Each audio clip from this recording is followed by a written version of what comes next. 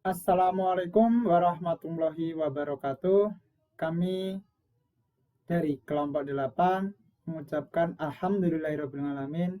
Puji syukur kehadiran Allah Subhanahu wa taala yang telah memberikan nikmat iman dan kesehatan sehingga kami dari kelompok 8 dapat menyelesaikan makalah dan PPT yang berjudul Keterampilan Mengajar Kelompok Kecil dan Perorangan yang diampu oleh Bapak Nanda William MPD.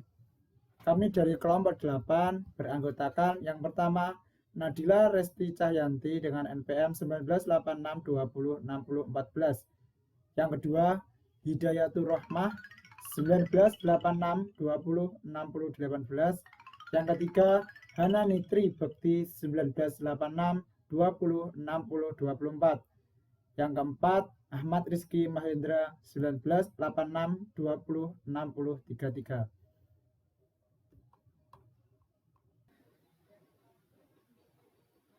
Baik, pengertian keterampilan kelompok kecil dan perorangan. Apa sih yang dimaksud keterampilan kelompok kecil dan perorangan?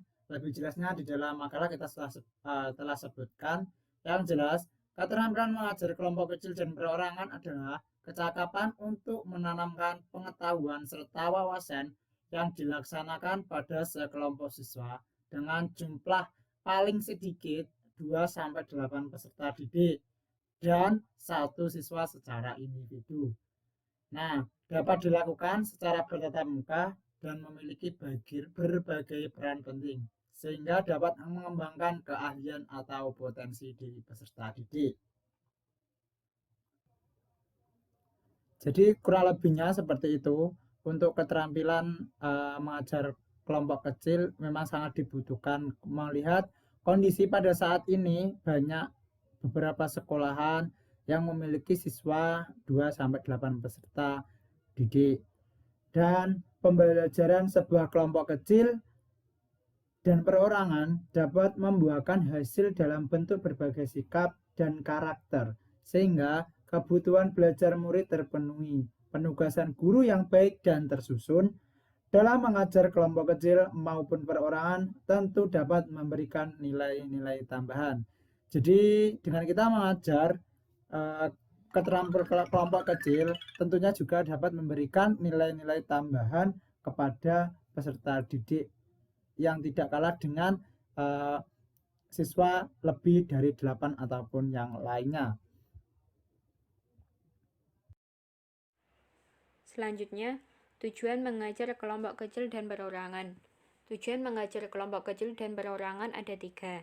Yang pertama, meningkatkan keaktifan siswa dalam belajar.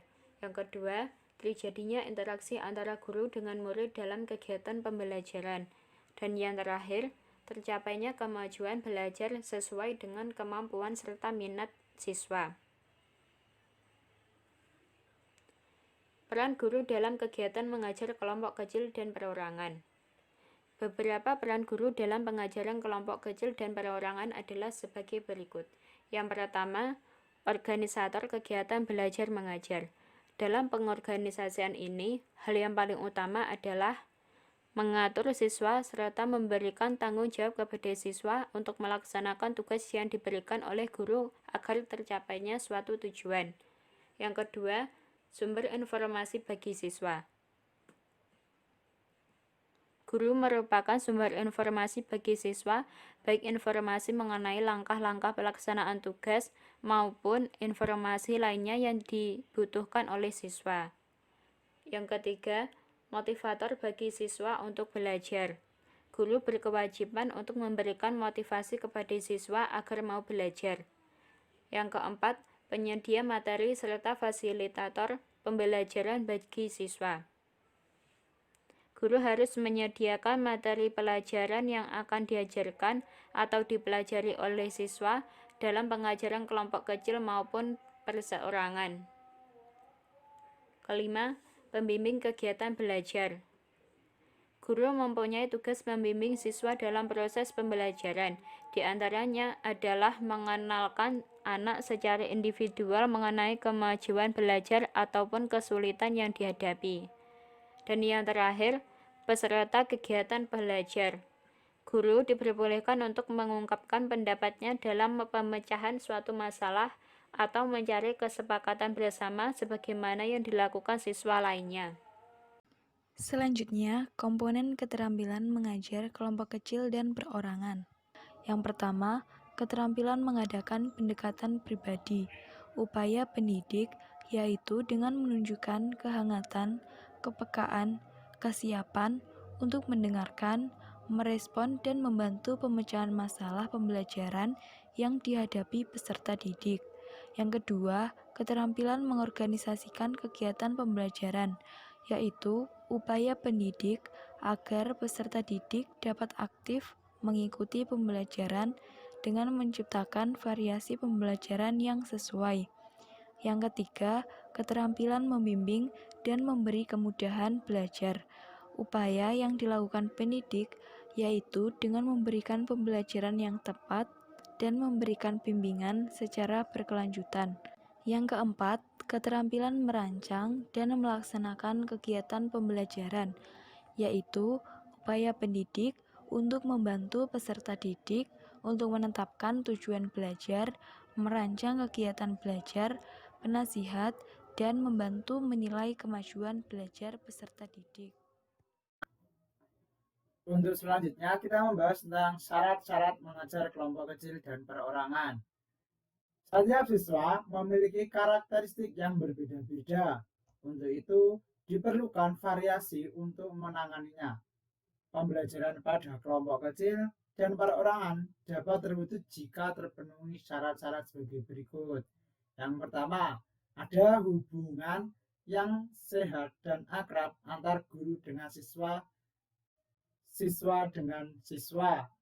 Jadi ada hubungan antara guru dengan siswa, siswa dengan siswa yang lainnya. Kemudian siswa belajar dengan cara kemampuan, kecepatan, dan minat sendiri. Itu juga termasuk syarat-syarat. Kemudian ada siswa mendapat bantuan sesuai dengan kebutuhannya. Artinya jika memang memerlukan bantuan, kita sebagai guru juga harus membantu siswa jika membutuhkan bantuan.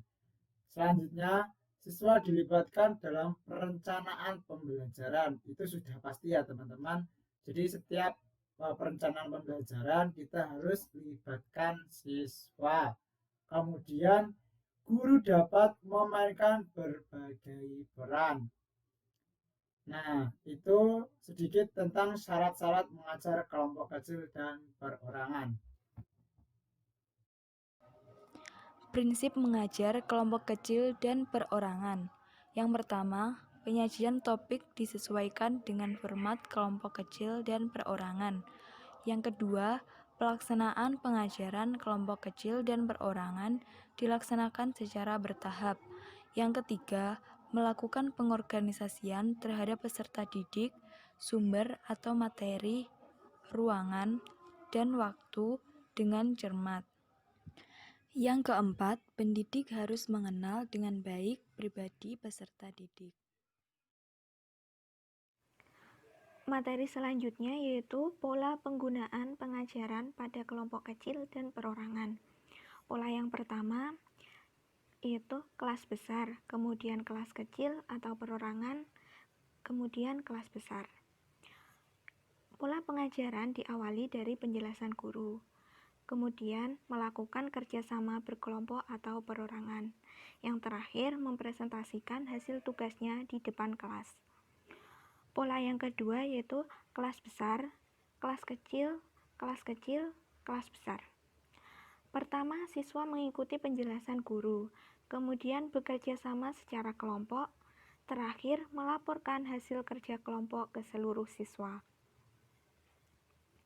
Pola yang ketiga, kelas besar, perorangan, kelas kecil, kemudian kelas besar. Sama dengan pola sebelumnya, yaitu dimulai dari penjelasan umum guru, kemudian mengerjakan tugas secara mandiri, kemudian bergabung ke kelompok-kelompok kecil, yang terakhir mempresentasikan hasil tugasnya. Pola yang keempat yaitu kelas besar, kemudian perorangan, kemudian kelas besar. Pola belajar masih sama, diawali dari penjelasan guru, kemudian siswa mengerjakan tugas guru secara mandiri, yang terakhir mempresentasikan hasil tugasnya pada seluruh siswa. Sekian, inilah presentasi dari kelompok 8. Ada kurang lebihnya mohon maaf. Apabila ada yang ditanyakan maupun menyanggah, dipersilahkan. Wassalamualaikum warahmatullahi wabarakatuh.